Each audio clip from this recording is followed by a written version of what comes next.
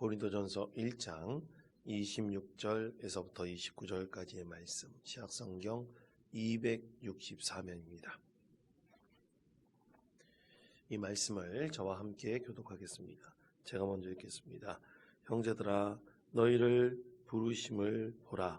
육체를 따라 지혜로운 자가 많지 아니하며 능한 자가 많지 아니하며 문벌 좋은 자가 많지 아니하도다.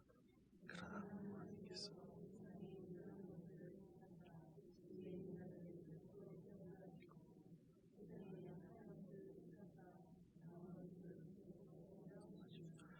하나님께서 세상의 천한 것들과 멸시 받는 것들과 없는 것들을 택하사 있는 것들을 폐하려 하시나니 이는 아무 육체도 하나님 앞에서 자랑하지 못하게 하려 하심이라. 아멘. 할렐루야. 오늘 특별 새벽 교제의 마지막 날입니다. 오늘 마지막 날 하나님께서 주신 말씀의 제목은 약함을 통한 하나님의 능력입니다. 여러분, 하나님께서는 약한 자들을 택하여 하나님의 사역을 감당하게 하기를 원하십니다. 그래서 사실 교회에 모이는 모든 그리스도인은 다 약한 사람들입니다. 왜냐하면 하나님께서 일부러 그런 사람들을 택하셔서 하나님의 귀한 사역을 감당하게 하므로 그들이 하나님께 영광 올려드려 참으로 하나님의 뜻을 이루게 하기를 간절히 원하시기 때문입니다. 여러분, 요즘에 웬만한 대학들 보면 특수대학원으로 상담대학원을 세우는 학교들이 참 많습니다. 물론 경제적인 이유로 세우는 학교들도 있지만 그만큼 상담대학원을 세웠을 때 수요가 있기 때문에 세우는 거예요. 그럼 왜 수요가 있느냐? 그만큼 우리 사회가 참으로 척박하면서 이 세상 가운데서 상처받고 또 시련 가운데 있는 사람들이 많기 때문에 그런 분들이 주로 상담을 공부하여 자기 마음의 회복을 원하므로 상담대학원이 참 많이 있습니다. 그럼 여러분, 교회는 어떤 곳입니까? 교회도 상처투성인 사람들이 모이는 것입니다. 뭔가 그런 사람들이 모여서 하나님께서 주시는 은혜로 이 은혜를 충만히 누릴 때 나의 약함을 이기고 하나님의 능력으로 회복되는 은혜를 체험하는 것이 바로 교회입니다. 자, 오늘 하나님께서 이렇게 말씀하십니다. 고린도전서 1장 26절, 27절 두 절의 말씀을 다 같이 한 목소리로 읽겠습니다. 형제들아, 너희를 부르심을 보라. 많지 아니하며 능한 자가 많지 아니하며 문벌 좋은 자가 많지 아니하도다. 그러나 하나님께서 세상에 미련한 것들을 택하사 지혜 있는 자들을 부끄럽게 하려 하시고 세상에 약한 것들을 택하사 강한 것들을 부끄럽게 하려 하시며. 아멘. 바울 사도가 고린도 교회 성도들에게 하나님의 말씀을 전할 때 우리 모두는 다 약한 사람들 아닙니까? 우리가 교회 공동체를 이룰 때 하나님께서 나같이 미련한 사람, 우리같이 참으로 어리석은 사람, 뭔가 부족한 사람들을 모아서 믿음의 공동체를 이룬 것 아닙니까? 그렇게 믿음의 공동체가 약함 가운데 강한 사람이 되어서 이 세상에 많은 문벌 좋은 사람, 그리고 자랑거리가 많은 사람들을 부끄럽게 하려는 것 아닙니까? 오늘 바울 사도가 고린도 교회의 교인들에게 하나님 말씀을 이렇게 전하였습니다. 그렇습니다. 약한 사람들이 모여서 자기 약함을 드러내는 곳이 바로 교회이죠. 그런데 이 교회는 또 회복의 공동체입니다. 이런 사람들이 새로운 힘을 얻어 이 세상을 살아갈 힘을 얻는 것이 교회입니다. 그러면 우리 하나님께서 우리의 약함을 이렇게 사용하신다라고 했는데, 자, 그렇다면 우리 하나님께서 우리의 이 약함이 드러남을 통해서, 그것을 사용함을 통해서 우리 믿음의 공동체 안에서 어떻게 이 약함이 강함으로 회복될 수 있을까요? 오늘 하나님께서는 그것에 대해서 4가지로 말씀을 하십니다. 첫째로 자신의 약함을 인정하는 것입니다. 저를 따르시기 바랍니다. 자신의 약함을 인정하라. 자신의 약함을 인정하라. 아멘. 여러분, 우린 자신의 약함을 인정하는 사람입니까? 여러분, 정말 내 약함을 우리는 인정하고 살고 있습니까? 혹시 감추려고 하고 있는 것은 아닙니까? 그것이 드러날까봐 전전긍긍하고 있는 것은 아닙니까? 여러분, 로마서 8장 26절 말씀에서 이렇게 말씀을 합니다. 화면에 말씀 다 같이 한 목소리 읽겠습니다. 이와 같이 성령도 마땅히 기록할 바를 알지 못하나 오직 성령이 말할 수 없는 탄식으로 우리를 위하여 친히 간구하시느니라. 아멘. 여러분, 내가 약하다고 하는 부분이 감추고 싶어도 결코 감추어질 수 있는 것이 아닙니다. 오히려 이 약함에 내가 스스로 직면하여서 나를 새롭게 할 수 있도록 내 자신을 오히려 드러내는 것이 더 낫습니다. 그러나 그러기에는 내 자신이 너무 힘들고 두려움이 많기 때문에 자기 약함을 드러내지 않고 감추려고 하기 때문에 자꾸만 그 약함 감추려고 할 때 부작용들이 우리 가운데 나타나고 있는 것이죠. 그러므로 우리는 이 약함을 누구에게 먼저 드러내야 되느냐? 거룩하시고 은혜로우신 나의 영적인 아버지, 우리 하나님께 드러내야 됩니다. 하나님, 나는 이런 것이 너무나 부족합니다. 나의 약함이 이런 것입니다. 하나님, 내 약함을 아시는 우리 하나님께서 이것을 온전히 회복할 수 있도록 주님, 우리를 보호하여 주시고 인도해 주옵소서. 이렇게 먼저 사람이 아니라 우리 하나님 앞에 나의 약함을 드러낼 필요가 있습니다. 그럴 때 하나님께서 우리 가운데 은혜를 베풀어 주시죠. 두 번째는 이것입니다. 그런 자신의 약함에 우리가 만족할 수 있어야 합니다. 저를 따르시기 바랍니다. 자기 약함을 만족해라. 자신의 약함을 만족해라. 아멘. 그렇습니다. 먼저 자신의 약함을 만족해하고 그것을 인정하는 것입니다. 여러분, 약함이라는 것도요, 사실은 객관적인 게 아니에요. 사람들은 약함이라는 것을 자꾸만 객관적이라고 말합니다. 근데 여러분, 철학 안에서는 객관적이라는 말이 없습니다. 왜냐하면 사실은 우리 모든 인간들은 행동하고 판단하는 것이 다 주관적인 거예요. 여러분, 객관적인 것을 누가 객관적이라고 말할 수 있겠습니까? 사람이 말할 수 있습니까? 그럴 수 없습니다. 그러므로 자신이 약하다고 생각하는 것도 다 사실은 다 주관적인 거예요. 자신이 약한 것이 다른 사람에게는 굉장히 강점으로 나타날 수가 있습니다. 그 강점이 많은 사람들에게는 큰 위로가 될 수 있고 힘이 될 수가 있습니다. 바울 사도는 천성적으로 자기의 약한 것이 있다고 자기 자신을 드러냈어요. 바울 사도는 외모도 볼품없고 키도 작고 또 그리고 머리도 벗겨지고 또 그는 많은 사람들에게 설교를 해야 되지만 사실 그는 말하는 것이 굉장히 어눌한 사람이라고 했습니다. 그리고 자신은 한평생 가시라는 질병에 시달리고 있다 그랬어요. 그러나 그에게는 말보다는 글 쓰는 데에 힘이 있다 그래서 그는 많은 편지들을 통해서 그리스도인들을 위로하고 그들에게 복음을 전하고 그들에게 용기를 북돋아 주어 어떤 시련도 극복할 수 있도록 했습니다.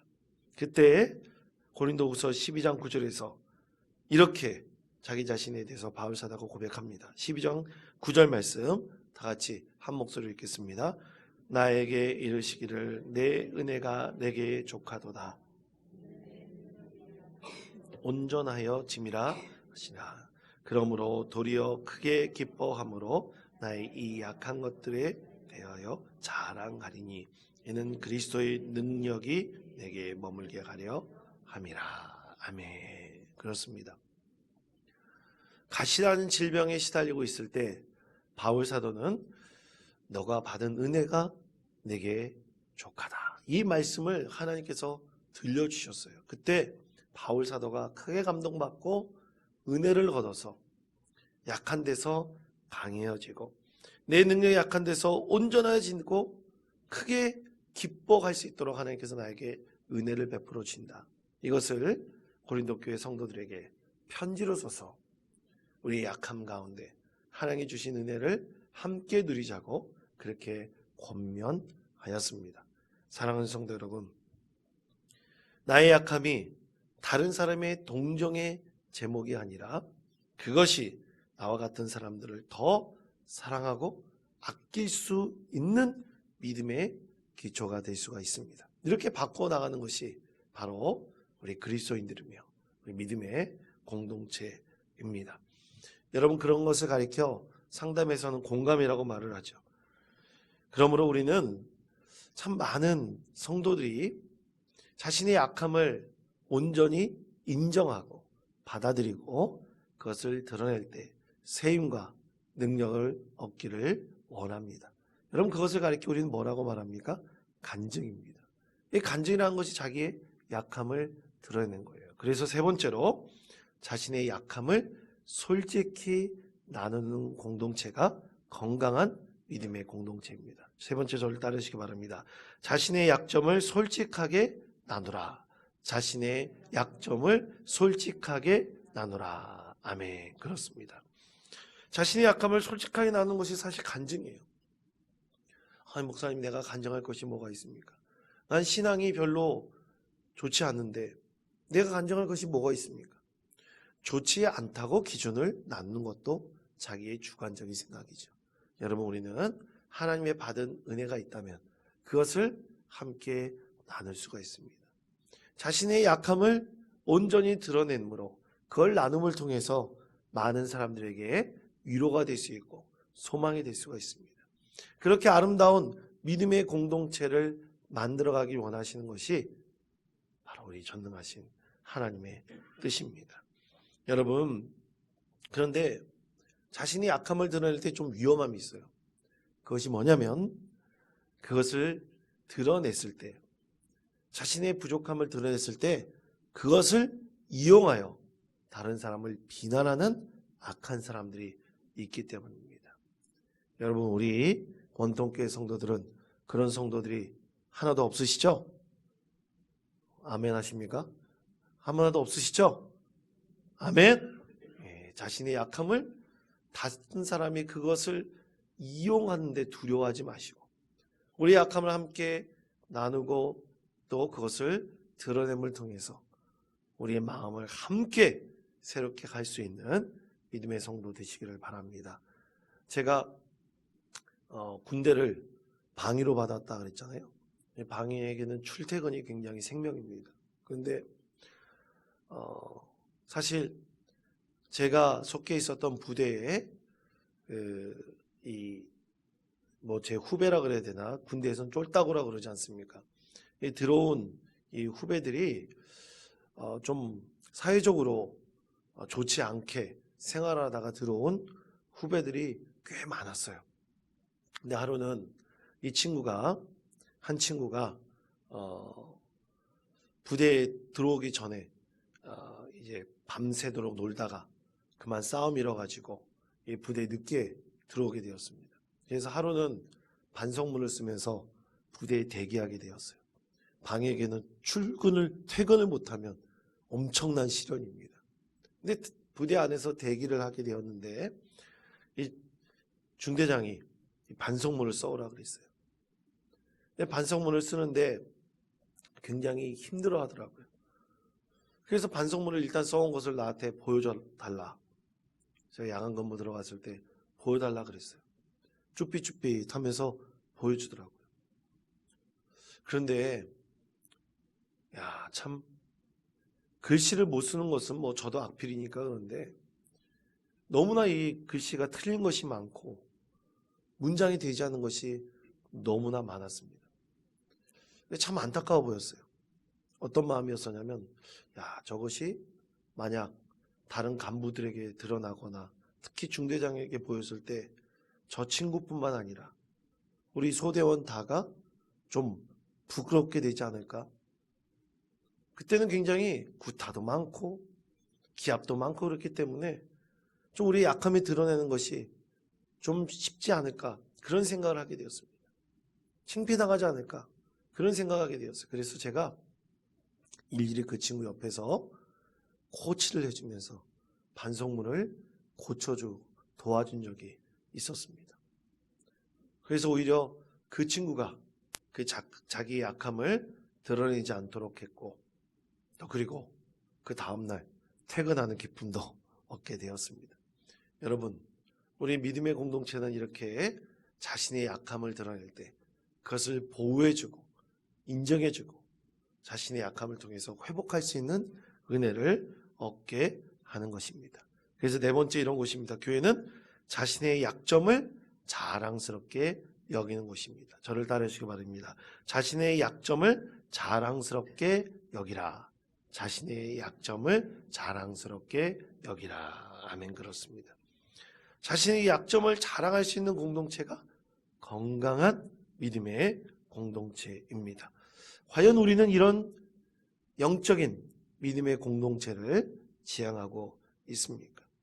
약함을 자랑할 수 있는 공동체, 그 공동체는 오직 하나님의 사랑과 은혜로 충만한 은혜의 공동체며 또 하나님 뜻을 온전히 이룰 수 있는 복된 공동체가 될 수 있을 것입니다.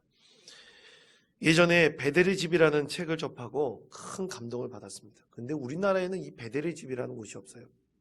일본의 베델의 집은 일본에서 1978년 홋카이도의 우라카와시의 적십자 병원에서 근무하고 있었던 한 사회복지사였던 이 무카이 야치 씨가 낡은 교회 건물에서 이 사람들이 모이면서 시작된 곳이 바로 베델의 집이었습니다. 그런데 이 베델의 집 사람들은 어떤 사람들이냐면 무라카와시의 적십자 병원의 정신과에서 치료받고 그래서 조현병을 걸리거나 또 심각한 정신장애를 앓고 있는 사람들이 모이는 곳이에요. 그런데 그들이 그곳에 모여서 낡은 교회 건물에 모여서 그들이 공동체를 이루기 시작했는데요. 그러면서 자신들만이 갖고 있는 장점과 잠재적 능력들이 분명히 있습니다. 심각한 정신병을 앓고 있는 사람들 다 있어요. 그것을 자신만의 독특한 방식으로 드러내면서 믿음의 공동체, 사회의 공동체를 이루면서 오늘날 아주 중요한 센세이션을 일으키는 공동체가 바로 이 베델의 집입니다. 지금도 있습니다. 지금도 있으면서 참 어떻게 이런 사람들이 사회에 적응하면서 살아갈 수 있을까? 이것을 보여주고 있는 아주 중요한 사례로 많은 나라에서 연구의 대상이 되고 있는 곳입니다. 사랑하는 성도 여러분, 그렇습니다. 약한 자들이 서로 모여 자신의 약함을 마음대로 드러낼 수 있는 것, 그것이 하나님의 능력이 충만한 믿음의 공동체입니다. 우리 원통장로교회가 이제 올 한 해 자신의 약함을 우리 하나님께 드러내며 솔직히 그것을 인정하고 받아들이고 또 많은 사람들 그것을 나누면서 세임과 능력을 얻고 하나님의 뜻을 온전히 세워갈 수 있는 복된 믿음의 공동체 되시기를 간절히 축원드립니다.